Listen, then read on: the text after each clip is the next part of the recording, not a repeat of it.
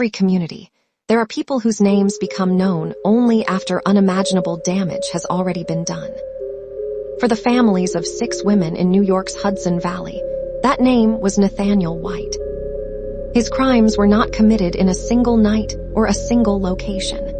They unfolded over months, targeting women who were already living on the margins of society, women whose disappearances did not immediately command widespread public attention. By the time investigators connected the evidence, 6 lives had been lost.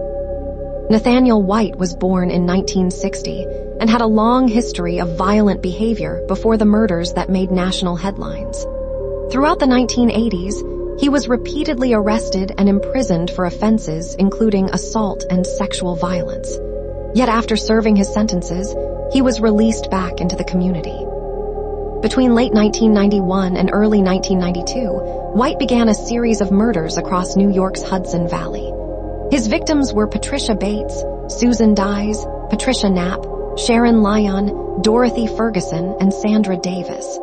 Most were vulnerable women, several struggling with addiction or involved in sex work. Investigators later determined that White approached his victims in different ways, but the outcome was always the same. They were subjected to extreme violence before their bodies were abandoned in secluded areas across Orange and Ulster counties. As each victim was discovered, detectives initially faced the challenge of determining whether the cases were connected or isolated incidents.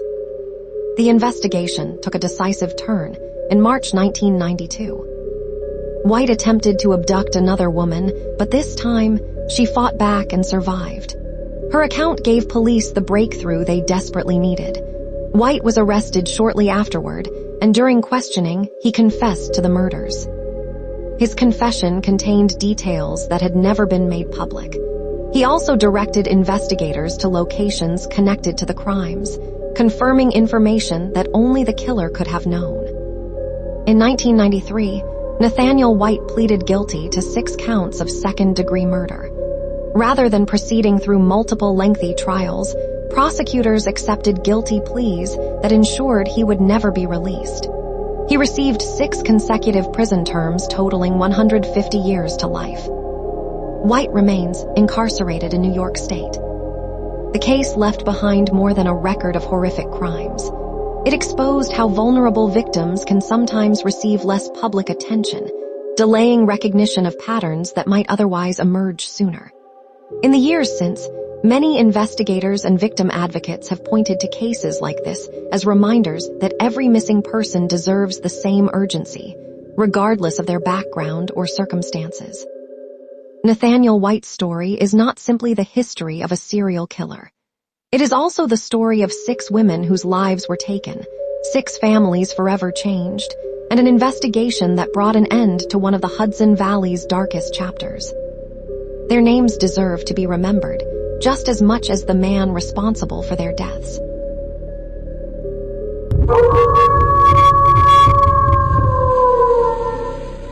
Some killers spend years hiding their crimes behind carefully constructed identities.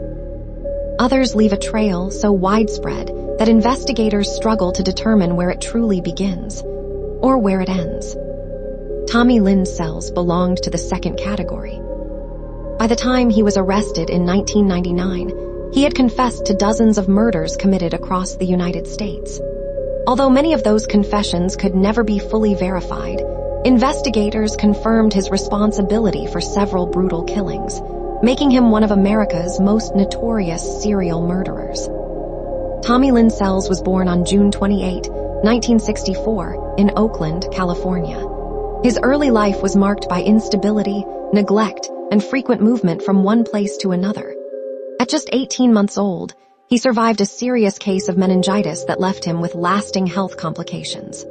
As he grew older, he drifted between relatives, shelters, and temporary homes, eventually spending much of his adult life traveling across the country. Because Sells rarely stayed in one place for long, tracking his movements proved extremely difficult. He worked odd jobs, hitchhiked, and lived a transient lifestyle that allowed him to move from state to state with little notice. Authorities believe he selected victims based largely on opportunity rather than a specific pattern. His known victims ranged in age from young children to adults, and the crimes occurred in multiple states over many years. His downfall began on December 31, 1999. That night, 13-year-old Kayleen Harris was murdered inside her family's home in Del Rio, Texas. Her 10-year-old sister, Crystal Searles, survived a brutal attack despite suffering severe injuries.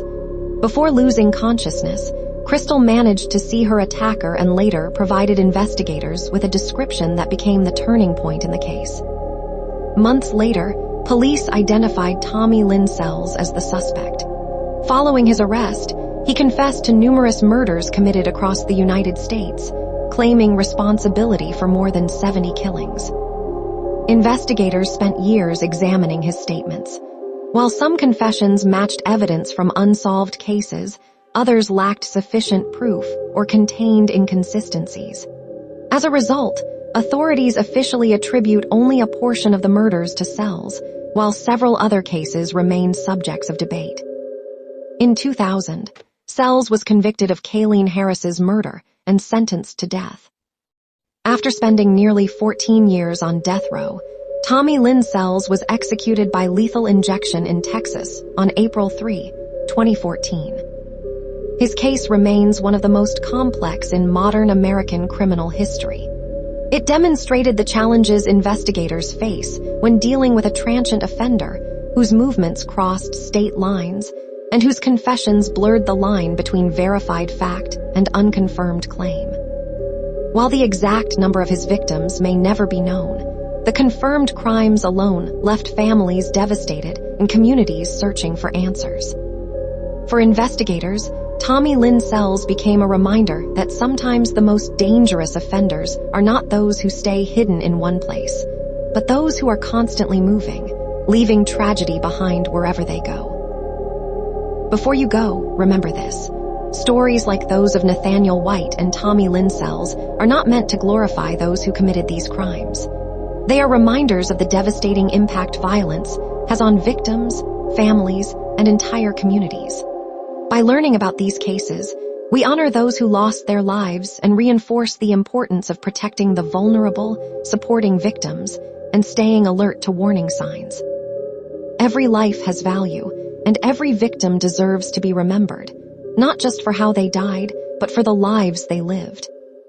If you found this episode informative, consider subscribing and turning on notifications. Episode 9 is coming next, where we'll examine 2 more real-life criminal cases with the same commitment to facts, context, and respect for the victims. Thank you for watching.